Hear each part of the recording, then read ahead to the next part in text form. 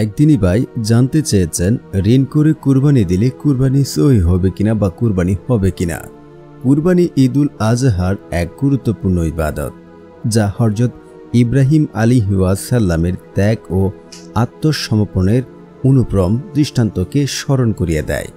এ সময় অনেক মুসলমানদের মনেও প্রশ্ন জাগে, আমার কাছে টাকা নেই, আমি কি ঋণ করে কুরবানি দিতে পারি?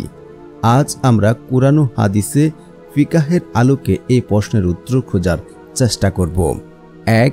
কুরবানি কার উপর ওয়াজিব? হানাফি মাযহাব অনুযায়ী কুরবানি ওয়াজিব হয় এমন ব্যক্তির উপর যিনি নিসাব পরিমাণ সম্পদের মালিক, পায় ৭.৫ ভরি স্বর্ণ বা ৫২.৫ ভরি রৌপ্য সমমূল্য সম্পদ বা নগদ অর্থ যার কাছে আছে। তার জরুরি প্রয়োজনে অতিরিক্ত সম্পদ থাকে যদি, তাহলে তাহার উপর কুরবানি ওয়াজিব হয়। সে ব্যক্তি মুহকিম, মুসাফির নয় এবং বালেক, প্রাপ্তবয়স্ক ও আকিল বা বিবেকবান হতে হবে।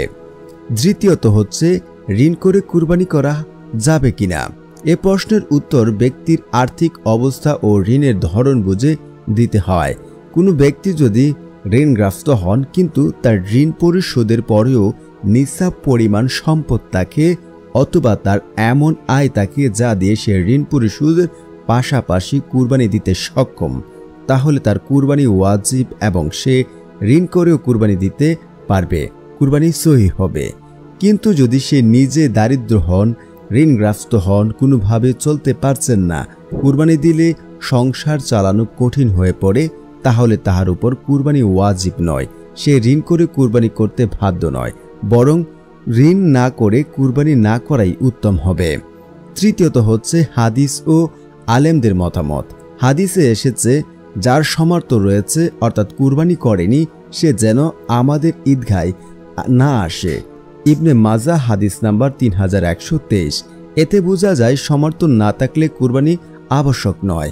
আলেমরা বলেন, কোনো ইবাদত অন্য কোনো একটি ফরজ দায়িত্ব যেন ঋণ পরিশোধকে ক্ষতিগ্রস্ত করলে সে ইবাদত তখন আবশ্যক থাকে না। ঋণ করে কুরবানি করা যাবে কিনা তা নির্ভর করে আপনার সামর্থ্য ও ঋণের অবস্থা অনুযায়ী।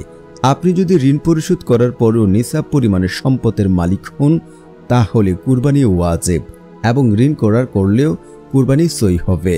কিন্তু যদি আপনি প্রকৃত দারিদ্র ও অর্থনৈতিকভাবে অক্ষম হন, তাহলে কুরবানি ওয়াজিব নয় এবং ঋণ করে কুরবানি করা উত্তম হবে না, বা ঋণ করে কুরবানি না করাই উত্তম হবে।